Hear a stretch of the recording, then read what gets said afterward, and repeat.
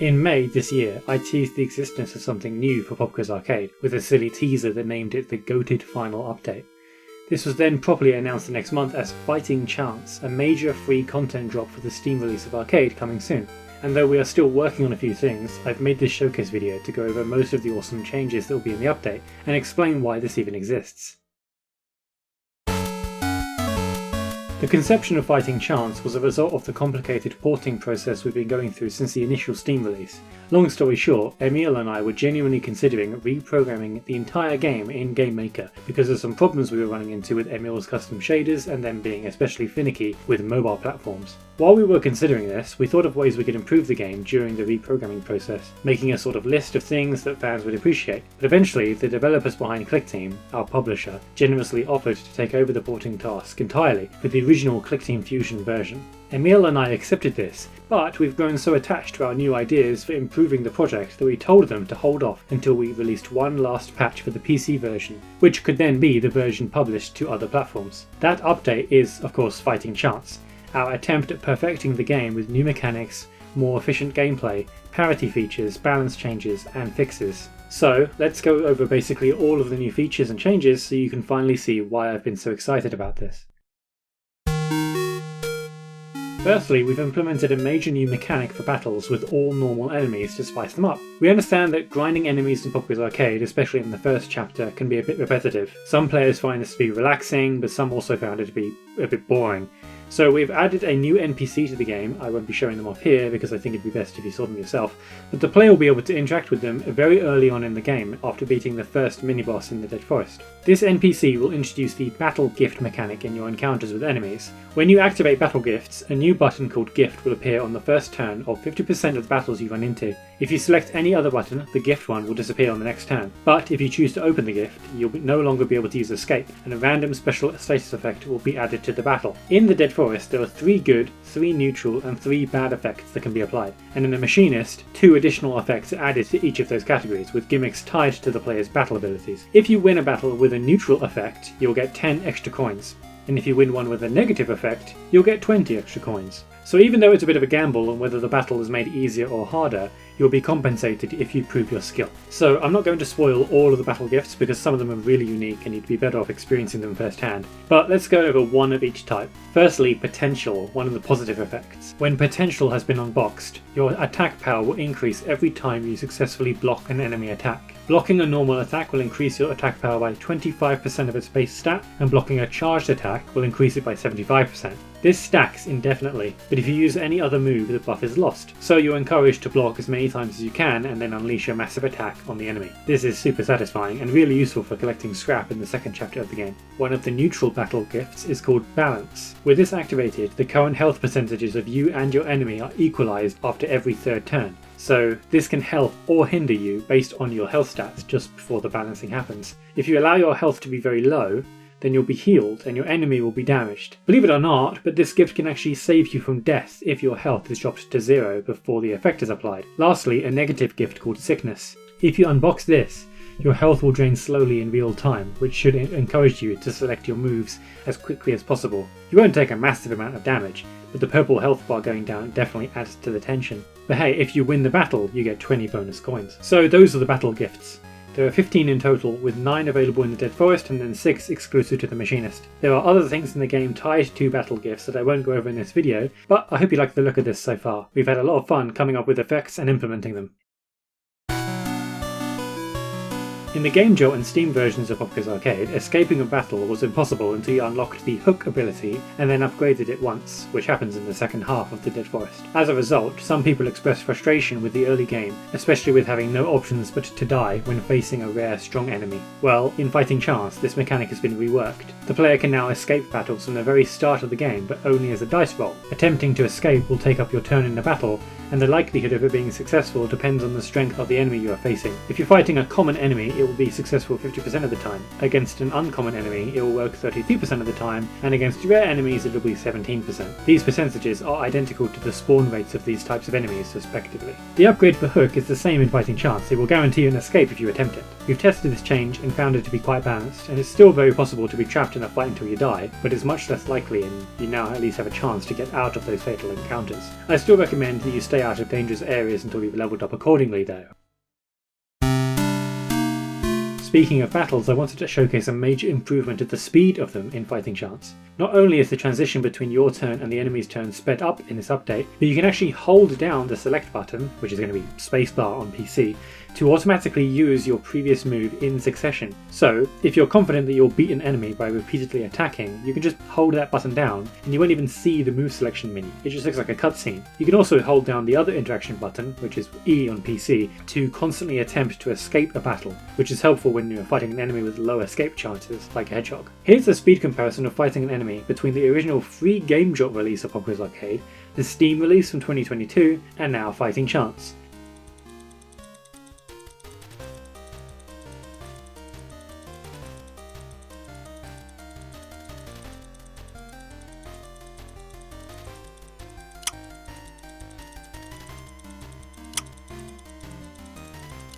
You can really feel how much faster it is now, and it stacks up big time with a full playthrough. Oh, and real quick on a similar note, we've also added a new feature to the dialogue in the game. If you hold the E button when a text box is on screen, not only will it increase the speed of the text appearing, like when you're holding space, but it will also automatically progress the dialogue to the next box if there is one. So you now have two choices: hold space to conclude the current line, or hold E to speed through the entire conversation seamlessly. This is super useful if you accidentally interacted with an NPC that you've already talked to. After talking to some veteran POPGOES Arcade players, a more sophisticated complaint about the monotony of battles is that good players will only spend their money on the permanent upgrades in the shop, as in the attack up and HP up items are objectively the best things to spend your coins on. This means that if you want to progress the game efficiently, you need to forego the consumable items like attack plus and shield, but those items are what can make battles a little more interesting and make you feel more powerful in the shorter term. This is totally valid feedback that I thought was really interesting, and it's something I wanted to fix with the new system in Fighting Chance. So we've implemented something called stamps to Holly's shop. Whenever you buy any item from Holly, you will earn 1/3 of a stamp. You can collect up to 3 total stamps, which will require 9 purchases, and they are shown in the top right of the shop UI. Stamps can then be used as an alternative currency to purchase consumable items, but not the permanent upgrades. The prices vary, so acorns and attack plus cost 1 stamp, food and defense plus cost 2 stamps, and pizzas and shields cost 3 stamps. This mechanic means that if you choose to spend your hard-earned money on the permanent attack upgrades, then fair enough, but you'll also earn stamps to give you free consumables. And since you can only store 3 stamps at once, you literally might as well. We hope this makes battle strategy a little more interesting, even for those who want to speed through the game and get as strong as possible. Some changes to Fighting Chance, like the implementation of battle gifts, faster fights, and the stamp system, has made other parts of POPGOES Arcade feel unbalanced or even entirely redundant. One of these things is the Money Boots perk, which you can unlock from an NPC a little over halfway through the Dead Forest. The coins that you get from Money Boots can be kind of satisfying, but in this update we found that it's totally overkill, so we've decided to replace it entirely with a new perk called Quick Pocket. Quick Pocket allows the player to use a buff item from their inventory at the start of a battle without it ending your turn. When you start a battle, you can activate an attack plus, defense plus, or shield item once and only on your first turn, and you can then use a second move before the enemy gets a chance to attack. So you could set up an attack plus and then hook to do a bunch of damage, or you could set up defense plus and then block if you have the potential battle gift to stay alive even longer before you unleash your attack. We found that Quick Pocket is small but a very appreciated addition to battles in POPGOES Arcade, and definitely feels more balanced and interesting compared to Money Boots in this state of the game. Similarly to Money Boots being replaced with Quick Pocket, we've also reworked the Shortcut ability, which is an upgrade to the Dig ability that you'll likely get near the end of the Dead Forest. Shortcut allowed the player to teleport between different parts of the map by interacting with holes in the overworld, which is handy, but it was mostly underutilized by players due to the positions of the holes being kind of inconvenient or confusing or just redundant. I think we fixed this. Shortcut has been renamed to Tunnel. It's still unlocked by upgrading the Dig ability once, but now the player is able to instantly travel to any inn or any shop in the game from anywhere. Literally anywhere.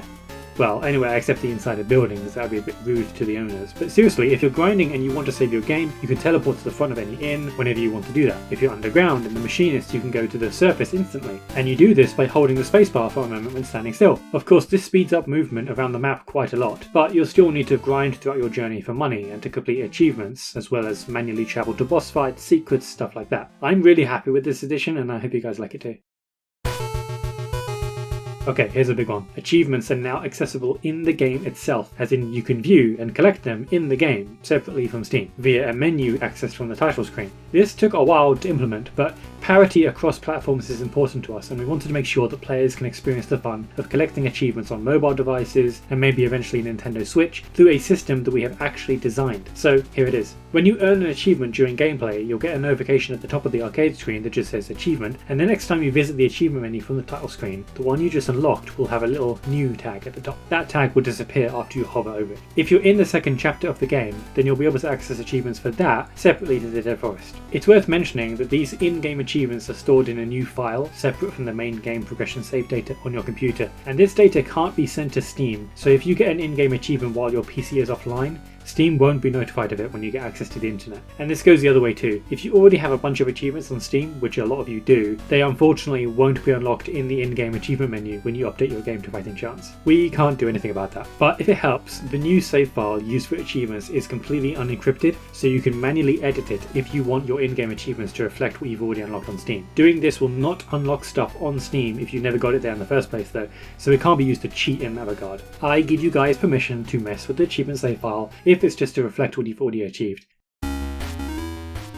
You may have noticed in the previous footage that the total number of achievements was displayed as 50, not 40. That's because we've added 5 brand new achievements to each chapter of the game. These achievements are piled at the end of the list on Steam, which is unfortunate but not something I can control, but they are given specific positions in the list in the in-game menu based on when you're most likely to attain them in the playthrough. I won't spend much time talking about these because most of them should obviously be a bit of a surprise for new and old players, but a lot of them were added because of other content we implemented in Fighting Chance. For example, Coupon and On is an achievement for redeeming 30 stamps at Holly Shop, and One of Everything is an achievement for finding and unboxing one of each of the battle gifts. Some of the achievements are also just fun new challenges or Easter eggs too. If you've already completed POPGOES Arcade and you're on the fence about replaying it, here's your excuse. The economy in the world of POPGOES Arcade has been shaken up with a few of the changes in Fighting Chance, like stamps and the battle gift rewards. There were also some general complaints about how money is distributed in the game before all of this, and because of these things we decided to change a few things about how the player makes money. Firstly, coin output of normal enemies in the Dead Forest will now vary based on the difficulty of the area you're in. Originally, all enemies would drop the same amount based on their rarity, even if you were in a harder forest. But now, the West Forest enemies will drop 5 fewer coins than they did originally, and the enemies in the East and North Forests drop 5 more. This will make the West Forest less of an obvious choice for grinding money, hopefully balancing all of them out. We may tweak this a bit in the future, but in theory it will help a lot. Secondly, the cost of the permanent upgrades Attack Up and HP Up are now dynamic. They will start off very cheap, much cheaper than they are currently actually, but they will increase in price as they are purchased, and as Holly gets closer to running out of them. This will make progress in the early game much faster, but it will also make progress at the end of the Dead Forest slower, because the price of these upgrades will get very high as you get closer to maxing out all of your stats. While working on this mechanic, which is described as supply and demand in a new poster you can read in Holly's shop by the way, we decided to change the Attack Up upgrade so that it gives POPGOES 1 additional attack instead of 2, and the price has been adjusted with this in mind as well. Lastly, the cost of consumables and one-off purchases have been increased. Shop consumables have had a 50 to 100% increase in price, and stuff like jukebox songs and other progression-based items have also been made more expensive. We'll keep an eye on how players react to these changes, but they were made to ensure the other new features don't make the game too easy or fast. Okay, so that's basically the gist of Fighting Chance. Those are the big additions and changes, but there are a ton of smaller things we've done that I think people really appreciate, so let me go over the main ones super quickly. Enemies now spawn a fair bit less frequently on dirt paths in the overworld or on rail tracks underground. To balance this out, encounters are more likely when walking off-road. The corruption hotspots and the power surges now slow the player's movement when walked through, and battles that are triggered by them will have cool new particle effects in the battle background. The medals on the title screen have been updated. Corrupt Bonnie now has a nose like Foxy. The ones given for defeating the robot mini-bosses in the Machinist now actually look like their designs. There's now a medal for beating the secret boss in the Machinist, I'm not going to spoil that one, and the medals for Super Speed and Spiky Shield have been updated. The Dethroned Ultra achievement has been updated so that you only need to not use the battle abilities when defeating the boss. You can still unlock them if you want. You're welcome. Speaking of the final bosses of the Dead Forest, you can now rematch them whenever you want by accessing their bestiary page. You can even do this when you've progressed to the Machinist. And the jukebox has been given a slight redesign so that its buttons don't change size between chapters. The play and pause buttons now function as buttons instead of displaying the current status of the song. You can now unlock and listen to the theme of the Machinist's secret boss as well as another song, I guess. Okay, that really is basically everything. Everything I'm willing to talk about here anyway. There are other secrets and surprises in the update that I'm excited to see your reactions to, of course. Fighting Chance is my final attempt at perfecting the original vision for POPGOES Arcade, giving those who enjoyed the game a reason to play it again, and those who didn't enjoy it a reason to give it another try. This is also my chance to fully let go of the project comfortably so that it can be ported to other platforms without any regrets about it lurking in the back of my head. Fighting Chance should be with you soon as a free update to POPGOES Arcade on Steam. You can buy the game right now in preparation for its release, and you should also wishlist My POPGOES while you're at it. I hope you enjoyed the showcase. See you later.